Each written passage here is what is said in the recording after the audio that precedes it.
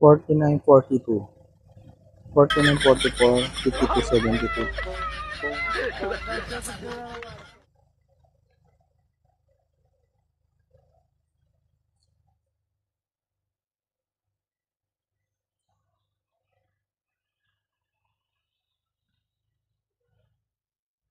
Yan, ito 44 to eh. 44, 52, 71, 71, 52. Ah,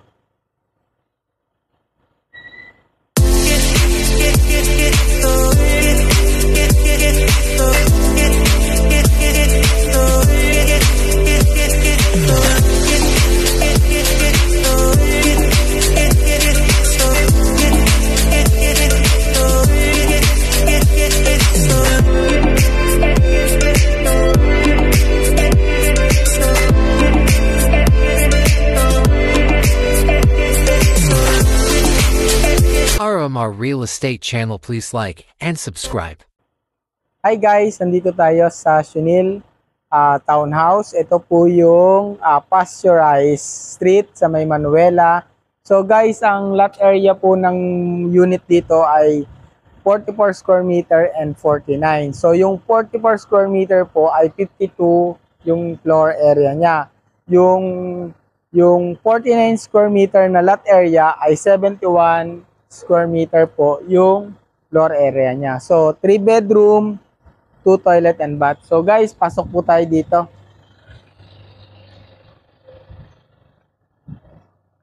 So guys, ito po yung ating gated carport. Ang kasya po dito ay yung mga sedan po sa parking na to.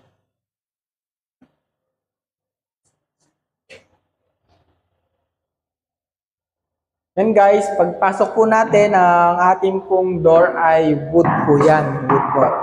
So meron po tayong window dito. Sliding po yan.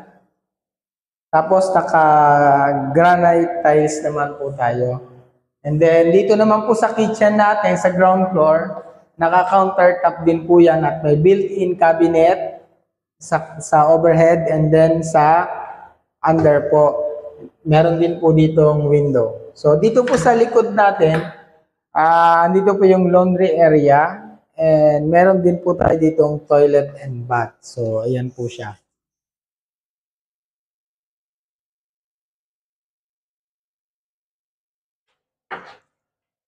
So yan guys, akyat po tayo dito sa second floor.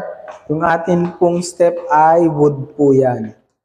And then syempre, steel din po yung ating handle.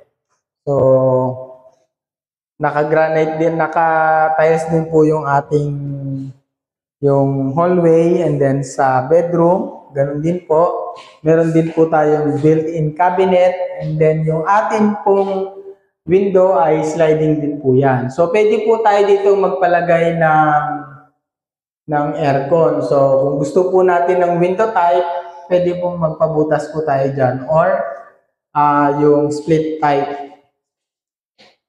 So, ayan po yung ating first bedroom. Ito po yung second bedroom natin.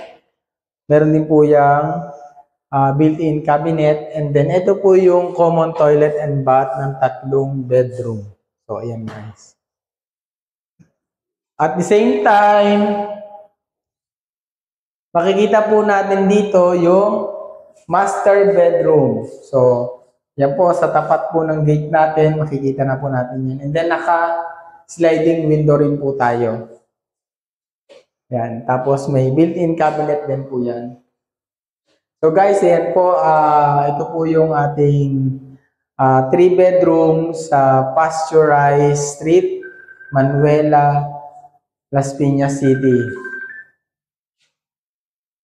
So guys,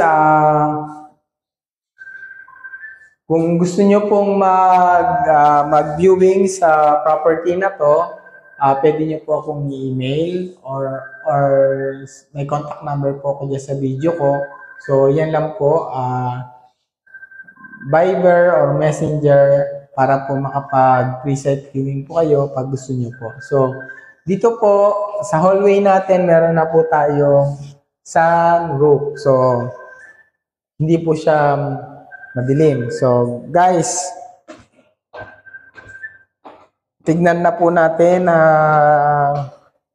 ang community dito.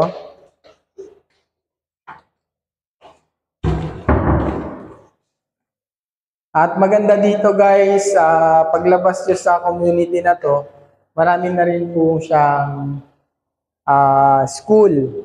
So, hindi na po tayo mahihirapan na maghanap pa ng mga school. So, may mga private, public din po. Yan na po yung ating mapupuntahan. So guys, hanggang dito na lamang po. At sana po nagustuhan nyo po yung virtual viewing ng Chunil Townhouse in Las Piñas. So marami pa po itong project na to, different location lang, no? May mga 2 bedroom, 3 bedroom, and then mamimili na lang po tayo doon sa location kasi syempre po yung bawat location po magkakaiba po ng prices yan. And then syempre, depende rin po sa laki ng lote. So, yan guys, sana po magustuhan nyo po itong ganitong unit. Ito po yung pinaka affordable na sa Las Piñas. So, may mga 10% din po tayo na down payment dito, selected po sa mga areas. So, kaya kung gusto nyo pong malaman, makita, i-PM nyo lang po ako or i-message nyo ako sa makikita nyo pong contact number dyan sa aking video. Salamat po guys!